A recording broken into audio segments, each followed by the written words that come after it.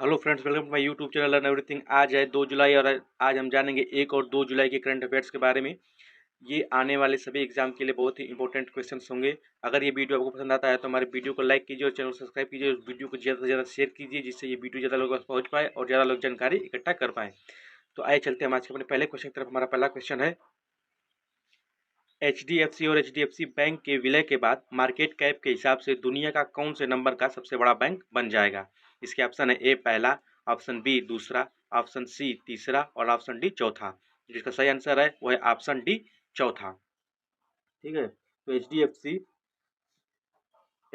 और HDFC bank के विलय के बाद ये दुनिया का चौथा सबसे बड़ा बैंक बन जाएगा और ऐसा करने वाला ये भारत का पहला बैंक है।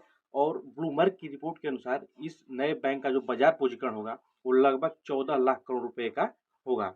हमारा अगला क्वेश्चन है, आशा नाडकर्णी जी का निधन हो गया है, उनका संबंध किस क्षेत्र से है? इसके ऑप्शन है ए खेल, ऑप्शन बी राजनीति, ऑप्शन सी अभिनय और ऑप्शन डी सैन्य। इसका सही आंसर है वो है ऑप्शन सी अभिनय। ठीक है, तो आशा नाडकर्णी जी जो एक बॉलीवुड की बहुत फेमस एक्ट्रेस है और उनका भी हाल ही में निधन हो गया है। हमारा अगला क्वेश्चन है, हाल ही में विश्व बैंक ने श्रीलंका को कितने करोड़ डॉलर का कर्ज देने का घोषणा किया है? इसके ऑप्शन है A 70 crore dollar, option B 80 crore dollar, option C 50 crore dollar और ऑप्शन डी 10 करोड़ डॉलर। तो इसका जो सही आंसर है वो है ऑप्शन ए 70 करोड़ डॉलर।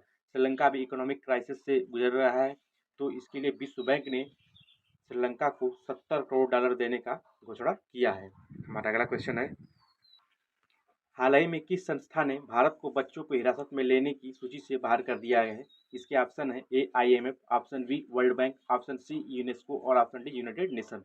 इसका सही आंसर है वह option D United Nation. United Nation ने भारत को बच्चों को हिरासत में लेने की सूची से बाहर कर दिया है। हमारा अगला क्वेश्चन है,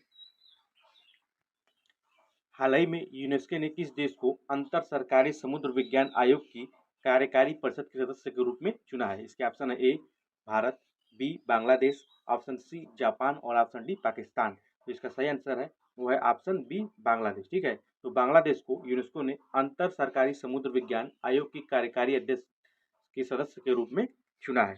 हमारा अगला क्वेश्चन है, इतवारी रेलवे स्टेशन का नाम बदल करके क्या कर दिया गया है? इसके ऑप्शन है A Rani Kamlapati railway station, option B Ekta Nagar railway station, option C Netaji Subhash Chandra Bose Itwari railway station और option D Chhatrapati Shivaji Maharaj railway station. इसका सही ऑप्शन है वो है option C Netaji Subhash Chandra Bose Itwari railway station. ठीक है, तो इतवारी रेलवे स्टेशन का नाम बदल करके नेताजी सुभाष चंद्र बोस इतवारी रेलवे स्टेशन कर दिया गया है। और इस नाम बदलने के ट्रेंड में महाराष्ट्र सरकार ने एक और जो वर्सोवा बांद्रा सी लिंक का नाम बदल करके वीर सावरकर सेतु कर दिया है। ठीक है, तो इस क्वेश्चन के रिलेटेड हम देखते हैं कि नागपुर जिले के इतवारी रेलवे स्टेशन का नाम बदल करके नेताजी सुभाष चंद्र बोस इतवारी रेलवे स्टेशन कर दिया गया है। हमारा अगला क्वेश्चन है, भारत में सिजोफ्रेनिया का इलाज करने वाला प्रथम व्यक्ति किस देश से संबंधित है? Option A Bangladesh, option B Bharat, option C Pakistan और ऑप्शन डी अफ्रीका। तो जिसका सही ऑप्शन है वह है ऑप्शन डी अफ्रीका। ठीक है, तो भारत में सिजोफ्रेनिया का इलाज करने वाला प्रथम व्यक्ति अफ्रीका से है। और ये जो सिजोफ्रेनिया है ये निर्बल करने वाली एक मानसिक बीमारी है। कौन सी बीमारी है? मानसिक बीमारी है। और अब तक पूरे वर्ल्ड में केवल 13 लोगों का जो है इस बीमारी का इलाज किया गया है। और भारत में सिजोफ्रेनिया का ये इलाज जो है पहली बार हुआ है वो भी अफ्रीकन व्यक्ति का हुआ है। तो हमारा अगला क्वेश्चन है, कार्नेगी कॉर्पोरेशन की महान अप्रवासी सूची में शामिल होने वाले एकमात्र भारतवंशी कौन है? इसके ऑप्शन है A Kamala Harris, option B Satya Nadella, option C Rishi Sunak, option D Ajay Banga. इसका सही आंसर है वो है ऑप्शन डी अजय बंगा। ठीक है, तो अजय बंगा जो है अभी इन्हें महान अप्रवासी सूची में जो है शामिल किया गया है। और इस साल वर्ष 2023 में ये महान अप्रवासी सूची में शामिल होने वाले एकमात्र भारतवंशी हैं। ठीक है, और अजय बंगा जो है इसमें वर्ल्ड बैंक के चेयरमैन है। कौन है? वर्ल्ड बैंक के चेयरमैन है। इसके अलावा कमला हैरिस ये जो है वो अमेरिका की उपराष्ट्रपति हैं। और जो सुनक जी हैं, ऋषि सुनक जी हैं, ये अभी ब्रिटेन के प्रधानमंत्री हैं।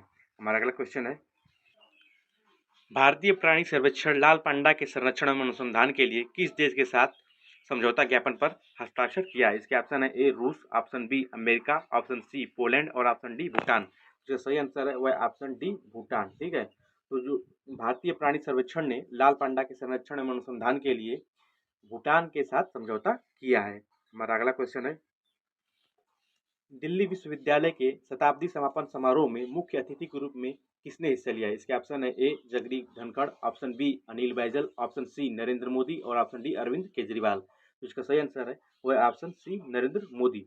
नरेंद्र मोदी जी ने शताब्दी समापन समारोह में मुख्य अतिथि के रूप में हिस्सा लिया है। ठीक है, अगर इसके बारे में और डिटेल में जाने तो दिल्ली विश्वविद्यालय की स्थापना जो हुई थी वो सन 1922 में हुई थी। कब हुई थी? सन 1922 में हुई थी और सन 2022 में इसने अपने 100 साल पूरे किए हैं। इस मौके पर प्रधानमंत्री श्री नरेंद्र मोदी जी ने दिल्ली विश्वविद्यालय पर आधारित पुस्तक है, 2 पुस्तक का विमोचन किया है। एक का नाम है कॉफी टेबल और दूसरे का नाम है आरा यूनिवर्सिटी ऑफ दिल्ली एट 100 का विमोचन किया है। ठीक है, तो हमारा अगला क्वेश्चन है, रोड नेटवर्क के मामले में भारत विश्व में कौन से नंबर पर पहुंच गया है? इसके ऑप्शन है ए पहला, ऑप्शन बी दूसरा, ऑप्शन सी तीसरा और ऑप्शन डी चौथा।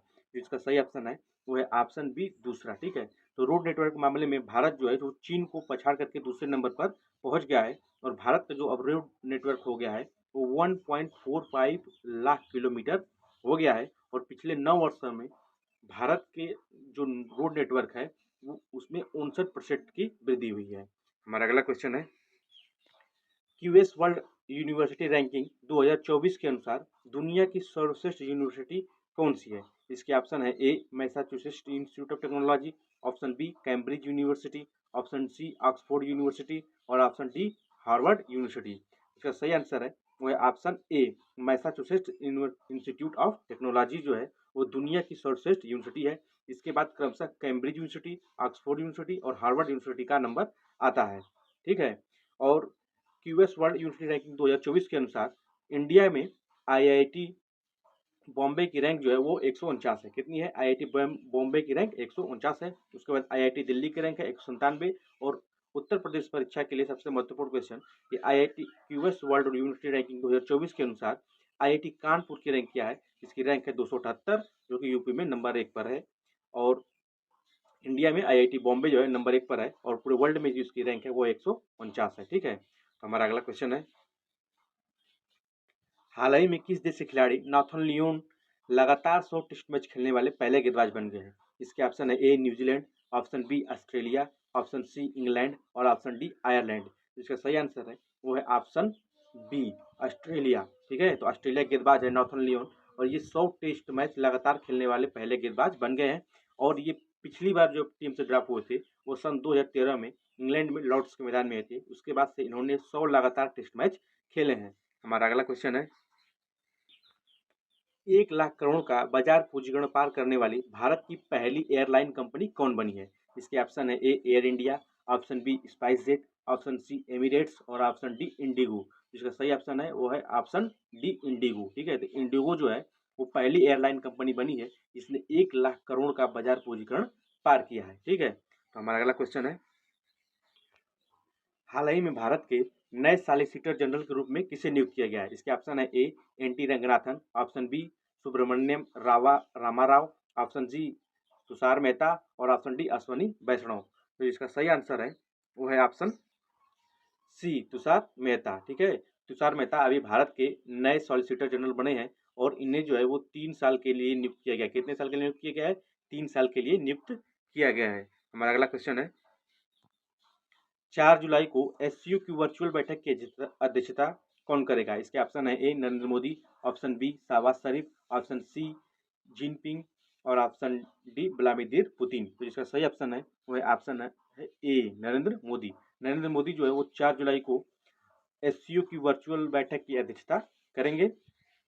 अगर हम एससीओ के बारे में डिटेल में जाने तो एससीओ का फुल फॉर्म होता है शंघाई कारपोरेशन ऑर्गेनाइजेशन। क्या होता है? Shanghai corporation organisation. और इसकी स्थापना जो हुई थी वो 15 जून 2001 को हुई थी। कब हुई थी? 15 जून 2001 को हुई थी और उसके 8 सदस्य देश हैं चाइना, इंडिया, कजाकिस्तान, किर्गिस्तान, रसिया, पाकिस्तान, ताजिकिस्तान और उज्बेकिस्तान। ठीक है, तो 24 जून 2016 से पहले इसमें केवल 6 देश थे। कितने देश थे? 6 देश थे। लेकिन 24 जून 2016 को भारत और पाकिस्तान भी इस संगठन का सदस्य बन गए और इनकी संख्या 8 हो गई। हमारा अगला क्वेश्चन है, हाल ही में मुफ्त चावल योजना किस राज्य में शुरू किया गया है? इसके ऑप्शन है A Uttar Pradesh, option B Bihar, option C Karnataka और ऑप्शन डी आंध्र प्रदेश। इसका सही आंसर है वो है ऑप्शन सी कर्नाटक। ठीक है, तो मुफ्त चावल योजना अभी जो है वो कर्नाटक में स्टार्ट हुई है और शुरू में इस योजना के अंतर्गत चावल के बदले जो है वो रुपया दिया जाएगा। क्या दिया जाएगा? चावल के बदले जो है वो रुपया दिया जाएगा और इसके बाद में चावल दिया जाएगा। हमारा अगला क्वेश्चन है, स्वदेशी तकनीक से निर्मित पहला परमाणु रिएक्टर कहाँ पर स्टार्ट किया गया है? इसके ऑप्शन है A Maharashtra, option B Gujarat, option C Karnataka, option D Odisha. इसका सही आंसर है वो है ऑप्शन डी गुजरात। ठीक है, तो गुजरात में स्वदेशी तकनीक से निर्मित पहला परमाणु रिएक्टर स्टार्ट किया गया है। ठीक है, तो गुजरात के काकरापार में स्वदेशी तकनीक से निर्मित पहला परमाणु रिएक्टर स्टार्ट किया गया है और इसकी क्षमता जो है वो 700 मेगावाट है। ठीक है, और इस ये परमाणु का काम क्या है? बिजली का उत्पादन करना और इसकी जो क्षमता है वो 700 मेगावाट है। हमारा अगला क्वेश्चन है, विश्व बैंक ने भारत को कम कार्बन ऊर्जा बुनियादी ढांचे के लिए कितने बिलियन डॉलर के वित्त पोषण की मंजूरी दी है? इसके ऑप्शन है A 1 billion dollar, option B 1.5 billion dollar, option C 2 billion dollar और option D 3 billion dollar.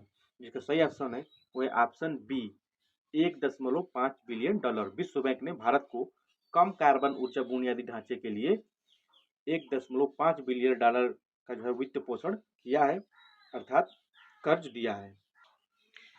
1.5 billion dollar का मतलब 150 करोड़ डॉलर देने की घोषणा की है। हमारा अगला क्वेश्चन है, वार्षिक यूके इंडिया अवार्ड्स में किस भारतीय मुक्केबाज को global Indian icon of the किसे क्या global Indian icon of the year के अवार्ड से सम्मानित किया गया है? इसके ऑप्शन है ए लवलीना बोगहेन, ऑप्शन बी अन्नू रानी, ऑप्शन सी मैरी कॉम और ऑप्शन डी सविता पूनिया। तो जिसका सही ऑप्शन है वह option C Mary com.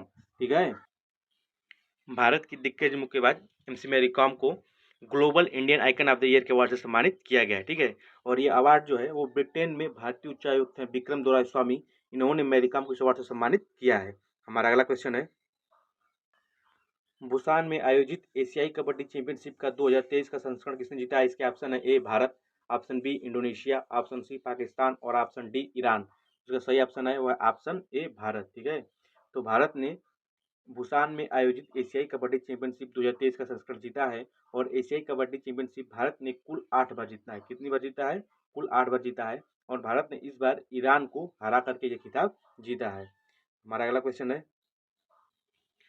Kazakhstan में भारत के नए राजदूत के रूप में किसे नियुक्त किया गया है? इसके ऑप्शन है A Ajay Banga, option B Vikram Doraiswami, option C Tushar Mehta और option D T V Nagendra Prasad. जिसका जो सही ऑप्शन है वो है option D T V Nagendra Prasad. ठीक है, तो टीवी नागेंद्र प्रसाद को कजाकिस्तान में भारत के नए राजदूत के रूप में नियुक्त किया गया है।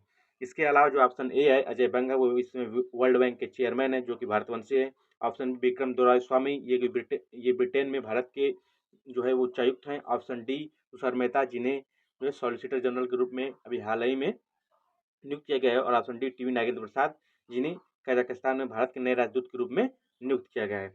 हमारा अगला क्वेश्चन है, हाल ही में आईएमएफ ने पाकिस्तान को कितने अरब डॉलर का ऋण देने का घोषणा किया है? इसके ऑप्शन है ए 2 अरब डॉलर, ऑप्शन बी 3 अरब डॉलर, ऑप्शन सी 4 अरब डॉलर और ऑप्शन डी 10 अरब डॉलर। जो इसका सही आंसर है वो है ऑप्शन बी 3 अरब डॉलर। ठीक है, आईएमएफ और पाकिस्तान के बीच में एक समझौता हुआ है जिसके अंतर्गत आईएमएफ 3 अरब डॉलर का ऋण जो है वो पाकिस्तान को देगा। पाकिस्तान में भी अभी इकोनॉमिक क्राइसिस जो है वो चल रही है। ठीक है, और आईएमएफ के बारे में अधिक जानते हैं। आईएमएफ की जो फुल फॉर्म होती है वो होती है इंटरनेशनल मॉनेटरी फंड और इसकी स्थापना जो हुई थी वो जुलाई 1944 में हुई थी। इसका हेडक्वार्टर जो है वाशिंगटन डीसी में है और इसके जो सदस्य देश है इस समय करंट टाइम में 190 हैं। तो हमारा अगला क्वेश्चन है, एशिया 2023 शॉर्ट फिल्म कंपटीशन में किस शॉर्ट फिल्म में बेस्ट फिल्म का अवार्ड जीता है? ठीक है, तो इसके ऑप्शन है ए गिद्ध द स्क्वेंजर, ऑप्शन बी नारी, option see the whisper, option D white elephant. तो इसका सही ऑप्शन है वो है ऑप्शन ए गिद्ध द स्क्वेंजर। ठीक है, तो गिद्ध द स्क्वेंजर ने एशिया 2023 शॉर्ट फिल्म कंपटीशन में जो है वो बेस्ट फिल्म का अवार्ड जो है वो जीता है। ठीक है, और ये संजय मिश्रा की फिल्म है। इसमें जो एक्टर है वो संजय मिश्रा है और इसके जो डायरेक्टर है वो कौन है? मनीष सैनी। ठीक है, तो हमारा अगला क्वेश्चन है, हाल ही में किसने अपना साल 2023 का दूसरा डायमंड लीग जीता है? इसके ऑप्शन है A Neeraj Chopra, option B Arundhati Roy, option C Aditya और ऑप्शन डी अदिति। जिसका जो सही ऑप्शन है वो है ऑप्शन ए नीरज चोपड़ा। ठीक है, तो नीरज चोपड़ा ने साल का जो है 2023 का अपना दूसरा डायमंड लीग जो है वो जीता है और ये लुज़ैन में जो है वो आयोजित किया गया था और इससे पहले इन्होंने मई में, कब, मई में दोहा डायमंड लीग जीता था। हमारा अगला क्वेश्चन है, प्रधानमंत्री नरेंद्र मोदी किस राज्य के शहडोल जिले से स्किल सेल एनीमिया उन्मूलन मिशन का आगाज करेंगे? क्या स्किल सेल एनीमिया उन्मूलन मिशन का आगाज करेंगे? इसके ऑप्शन है A Uttar Pradesh, option B Madhya Pradesh, option C Bihar और ऑप्शन डी झारखंड। तो जो इसका सही आंसर है वो है ऑप्शन बी मध्य प्रदेश। ठीक है, तो प्रधानमंत्री नरेंद्र मोदी जी मध्य प्रदेश के शहडोल जिले से स्किल सेल एनीमिया उन्मूलन मिशन का आगाज करेंगे और ये मिशन जो है इसका उद्देश्य आदिवासी समाज के स्वास्थ्य चिंता को लेकर के है। हमारा अगला क्वेश्चन है, हाल ही में एसबीआई ने किसे अपना नया सीएफओ बनाया है? इसके ऑप्शन है ए रजनीश खारा, option B Shakuntala Devi, option C Kameshwar दाव कोदावंती और ऑप्शन डी सुरेंद्र सिंह अत्रा। तो जिसका सही आंसर है वह ऑप्शन सी कामेश्वर राव कोदावंती। इन्हें अभी हाल ही में जो है एसबीआई के सीएफओ के रूप में नियुक्त किया गया है। सीएफओ का मतलब होता है chief financial officer.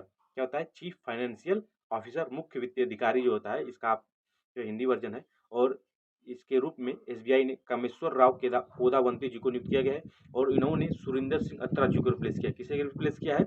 Surendra Singh अत्रा जी को रिप्लेस किया है। हमारा अगला क्वेश्चन है, एलन आरका जी का निधन हो गया है, उनका संबंध किस क्षेत्र से है? इसके ऑप्शन है ए राजनीति, ऑप्शन बी खेल, ऑप्शन सी अभिनय और ऑप्शन डी संगीत। तो इसका सही आंसर है वो है ऑप्शन सी अभिनय। ठीक है, तो एलन आरकर का निधन हो गया है, इनका संबंध जो है वो अभिनय से है। ये ऑस्कर विजेता हॉलीवुड के एक्टर हैं एलन आरकर और इनका हाल ही में निधन हो गया है। इससे ये क्वेश्चन जो इम्पोर्टेंट हो जाता है, ये ऑस्कर विजेता हैं और ये हॉलीवुड के हैं और अभी इनका जो है निधन हो गया है। हमारा अगला क्वेश्चन है, भारत में वन महोत्सव कब से कब तक मनाया जाता है? इसके ऑप्शन है ए 5 जून से 12 जून, ऑप्शन बी 1 जुलाई से 7 जुलाई, ऑप्शन सी 1 अगस्त से 7 अगस्त और ऑप्शन डी 1 अप्रैल से 30 मार्च। तो जिसका सही आंसर है वो है ऑप्शन बी 1 जुलाई से 7 जुलाई। ठीक है, तो भारत में जो वन महोत्सव है वो 1 जुलाई से 7 जुलाई तक मनाया जाता है और ये अभी करंट में जारी है। और हम वन महोत्सव की बात करें तो भारत में 1950 से प्रत्येक वर्ष 1 जुलाई से 7 जुलाई तक वन महोत्सव मनाया जाता है। ठीक है, और इसकी शुरुआत जो है वो तत्कालीन केंद्रीय कृषि एवं खाद्य मंत्री के.एम. मुंशी जी के द्वारा की गई थी। हमारा अगला क्वेश्चन है, हाल ही में किस संस्थान के चेयरमैन दीपक पारेख ने रिटायरमेंट की घोषणा की है? इसके ऑप्शन है A SBI, option B HDFC, option C विश्व बैंक और ऑप्शन डी रेड क्रॉस। जिसका सही आंसर है वो है ऑप्शन बी एचडीएफसी। ठीक है, तो एचडीएफसी के चेयरमैन है दीपक पारेख, इन्होंने रिटायरमेंट की घोषणा कर दी है। अगर हम एचडीएफसी की बात करें तो एचडीएफसी और एचडीएफसी बैंक मिल करके दुनिया का जो है चौथा सबसे बड़ा बैंक बन जाएंगे 1 जुलाई से। ठीक है, तो उसमें से एचडीएफसी के चेयरमैन है दीपक पारेख, इन्होंने रिटायरमेंट की घोषणा की है। तो फ्रेंड्स, आज के करंट अफेयर्स का सेशन हमारा यहीं पे समाप्त होता है। अगर ये वीडियो आपको पसंद आता है तो हमारे वीडियो को लाइक कीजिए, हमारे चैनल को सब्सक्राइब कीजिए, उस वीडियो को ज़्यादा से ज़्यादा शेयर कीजिए जिससे ये वीडियो सभी लोगों के पास पहुंच पाए। धन्यवाद।